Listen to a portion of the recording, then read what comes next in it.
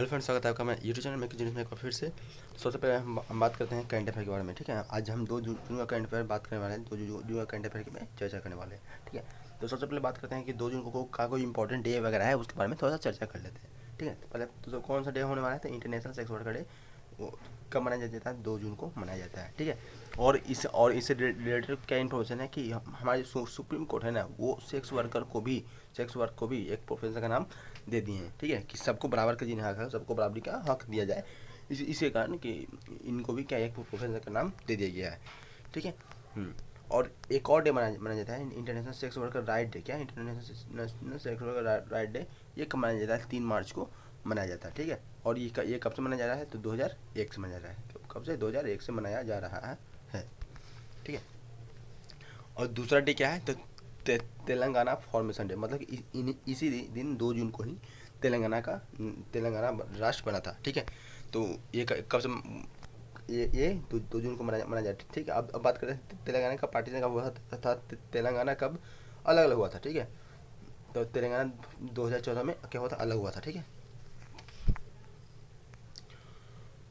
और तेलंगाना के first chief minister कौन रहने थे, चंद्रशेखर राव। कौन थे, चंद्रशेखर राव। ठीक है, और तेलंगाना को फॉर्मली का कब बोल दिया गया था कि हाँ ये एक अलग अलग राज्य है, तो कब 2 जून 2014 को। ठीक है, अब इसका थोड़ा हिस्ट्री के बारे में चर्चा करते थे। ठीक है, तो पहले क्या था, आंध्र स्टेट एक्ट के अनुसार 1953 में क्या कहा गया था कि आंध्र में जो भी लोकल लैंग्वेज बोलते हैं उन्हीं को रखा जाएगा। लोकल लैंग्वेज को जो बोलते हैं उन्हीं को रखा जाएगा। लेकिन लेकिन जो स्टेट रिकॉग्निशन एक्ट जो 1956 में क्या हो गया कि इसमें मर्ज कर दिया गया कि इसको जो तेलुगु बोलते हैं और जो आंध्रा पीपल जो थे उनको मर्ज कर दिया गया था। ठीक है, इतना होने के बाद एट लास्ट 2014 में फिर से इनको बांट दिया गया 2 स्टेट में, जिनका नाम आंध्र प्रदेश और दूसरा तेलंगाना हो गया। ठीक है, अब तेलंगाना का स्टेट बर्ड क्या नाम दिया गया, तो तेलंगाना का स्टेट बर्ड कौन है, तो पालापिट्टा। ठीक है, स्टेट एनिमल जिनका जो कि एक डियर का प्रजाति है। स्टेट ट्री जम्मी चेटू, और स्टेट फ्लावर तनगेदू। ठीक है, चलिए अब आगे बढ़ते हैं। Recently Goa statehood day is being observe on which date, Goa state government limited, मतलब कि किस दिन, मतलब किस दिन गोवा स्टेटहुड डे मनाया जाता है। ठीक है, तो किस दिन, 30 मई को। कब 30 मई को मनाया जाएगा। ठीक है, अच्छा अब बात करते हैं गोवा के बारे में। तो गोवा का चीफ मिनिस्टर अभी कौन है, तो प्रमोद सावंत। गोवा का चीफ मिनिस्टर कौन है, प्रमोद सावंत। ठीक है, अच्छा गोवा का पहला, ठीक क्या है, गोवा का पहला चीफ मिनिस्टर कौन थे, तो श्री दयानंद भंडारकर। कौन, श्री दयानंद भंडारकर। ठीक है, और कब बने थे, तो 20 दिसंबर 1962 को। 20 दिसंबर 1962 को गोवा कब आज़ाद हुआ था, क्या गोवा कब आज़ाद हुआ था, तो 19 दिसंबर 1961 को आज़ाद हुआ था। और गोवा का ये 35वां फाउंडेशन डे है। ठीक है, अगला देखते हैं, अगला क्या है, what is the current rank of Indian women hockey in the FIH world hockey ranking 2022। मतलब कि FIH वर्ल्ड हॉकी रैंकिंग के अनुसार इंडिया का वुमेन हॉकी रैंकिंग कितना है। क्या वुमेन के बारे में बात हो रहा है, वुमेन हॉकी रैंकिंग कितना है, तो इंडिया भी रैंकिंग में है। मतलब कि इंडिया कितने पोजीशन पे है, अभी 6 पोजीशन पे। पहला पे कौन है, नीदरलैंड। दूसरा अर्जेंटीना। तीसरा ऑस्ट्रेलिया। चौथा इंग्लैंड। पांचवा जर्मनी। और छठा कौन है, अपना प्यारा देश भारत। ठीक है, इंडिया। ठीक है, चलिए, और इसका हेड क्वार्टर कहाँ है, तो स्विट्जरलैंड में। ठीक है, और इसका प्रेसिडेंट तो नरेंद्र। ठीक है, चलिए, वो क्या था, वुमेन्स के बारे में बात हो रहा था। आप तो मेंस के बारे में चर्चा करते हैं कि मेंस हॉकी में इंडिया कितने पोजीशन पे है, तो इंडिया कितना पोजीशन पे है, तो 4th पोजीशन। कितने पोजीशन पे है, तो इंडिया 4th पोजीशन पे है। पहला कौन, ऑस्ट्रेलिया। दूसरा बेल्जियम। तीसरा नीदरलैंड। चौथा इंडिया। ठीक है, और ये रैंकिंग दिया गया था कब, 2003 में। कब रैंकिंग दिया गया, 2003 में दिया गया था। अगला हैं, Indian women team win gold. Indian women team, कौन सी टीम, वुमेन टीम। ठीक है, win gold in 10 metre AI rifle at ISSF world cup 2022।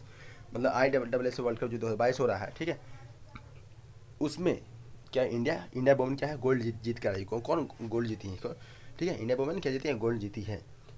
अब इसके बारे में बात ही क्यों होता है, इसका फाउंड कब क्या कहते हैं, फाउंडेड ऑन व्हेन, ये फाउंड कब किया गया था, देख लेते हैं। ये 1907 में फाउंड किया गया था ठीक है। ये जो हो रहा है इंटरनेशनल शूटिंग स्पोर्ट फेडरेशन जो हो रहा है अभी, वो कब फाउंड किया गया था?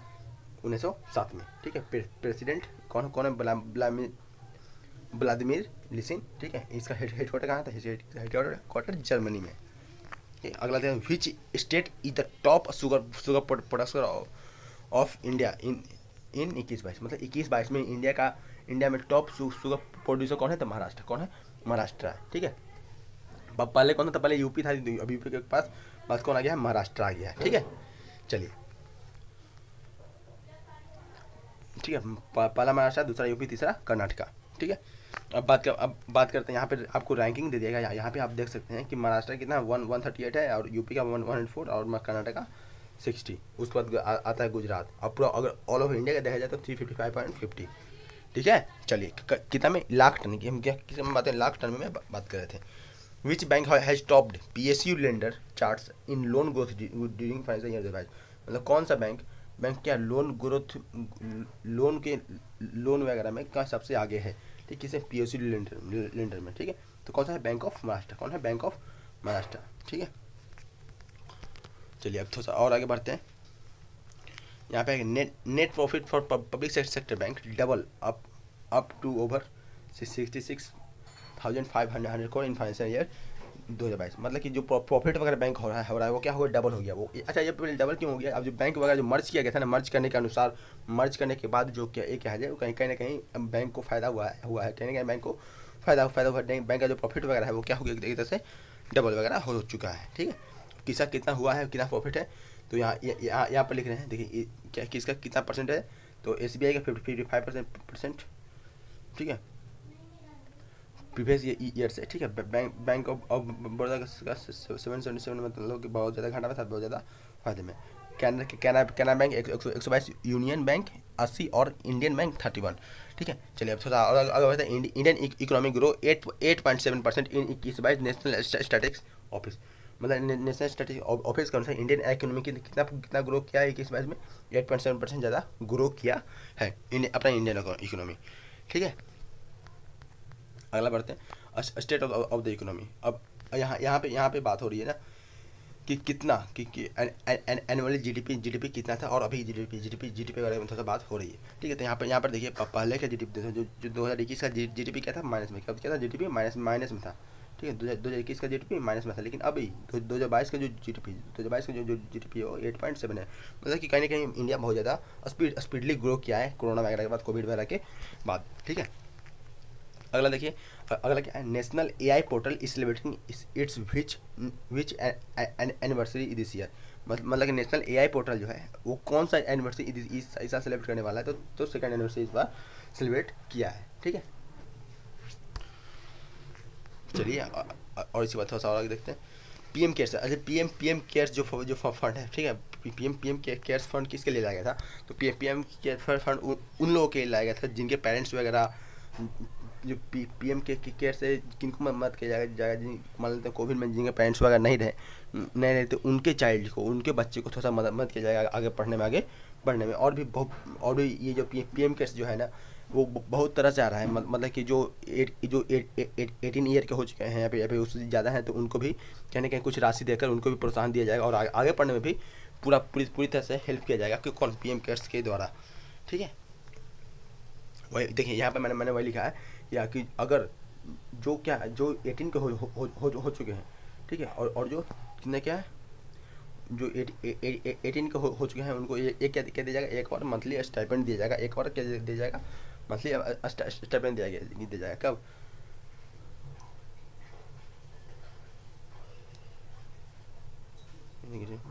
ठीक है।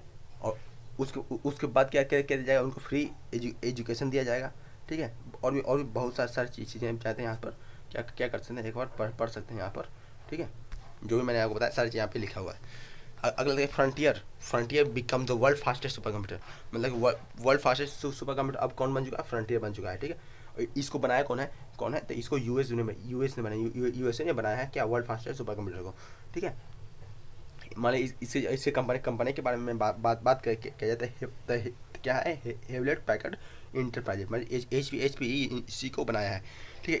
इससे पहले वाला जो सुपर कंप्यूटर था वो कितना फर्स्ट था वो किस कंट्री का था, ठीक है, वो भी थोड़ा सा देख लेते हैं। तो इसके पहले पहले जो भी सुपर कंप्यूटर था वो शायद जापान का था, वो कहाँ किसका था, जापान का ही था, ठीक है। अच्छा, इसके स्पीड के बारे में अगर बात की, इसके स्पीड के बारे में बात किया जाए तो कितना है, वन वन वन इक्सा फ्लोप, कितना है, 1 इक्सा फ्लोप है, ठीक है। और जो पिछले वाला कंप्यूटर था जो वो कितना था, वो 442 पेटाफ्लॉप्स का था, ठीक है। अब पेटाफ्लॉप्स और इक्सा फ्लोप का मतलब क्या हो गया, ठीक है। जैसे हम लोग आगे बढ़ते हैं, जो मेगा गीगा टेरा पेटा इक्सा जेटा वो सब है जो स्पीड वगैरह के बारे में हम लोग चर्चा करते हैं, ठीक है। जैसे मेगा फ्लॉप में 10⁻6, गीगा फ्लॉप मतलब 10⁻9, टेरा फ्लॉप मतलब 10⁻12, पेटा फ्लॉप 10⁻15, एक्सा फ्लॉप मतलब 10⁻18, ठीक है।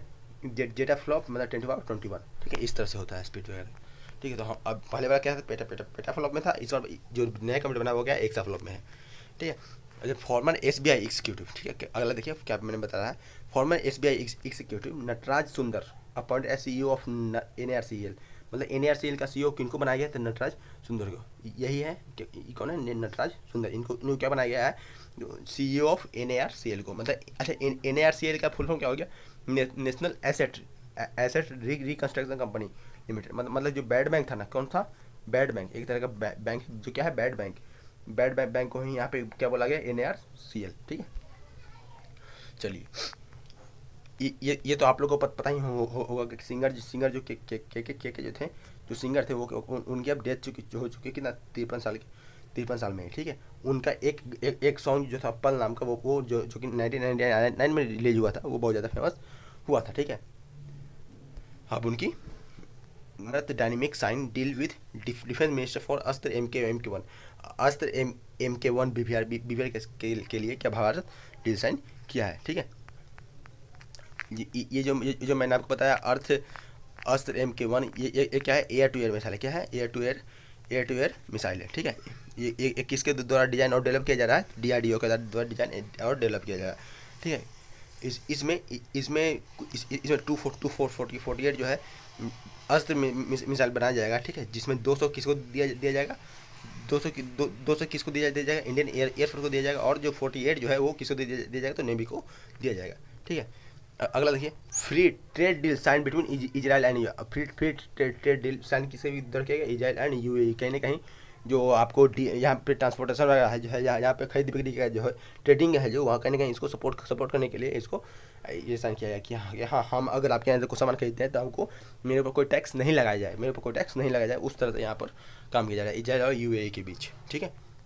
तो आज के लेक्चर यहीं पे खत्म करते हैं और मिलते हैं आपको अगले वीडियो में, तब तक के लिए हाँ हंसते रहिए, मुस्कुराते रहिए, और हाँ चैनल को सब्सक्राइब जरूर कीजिएगा। जय हिंद।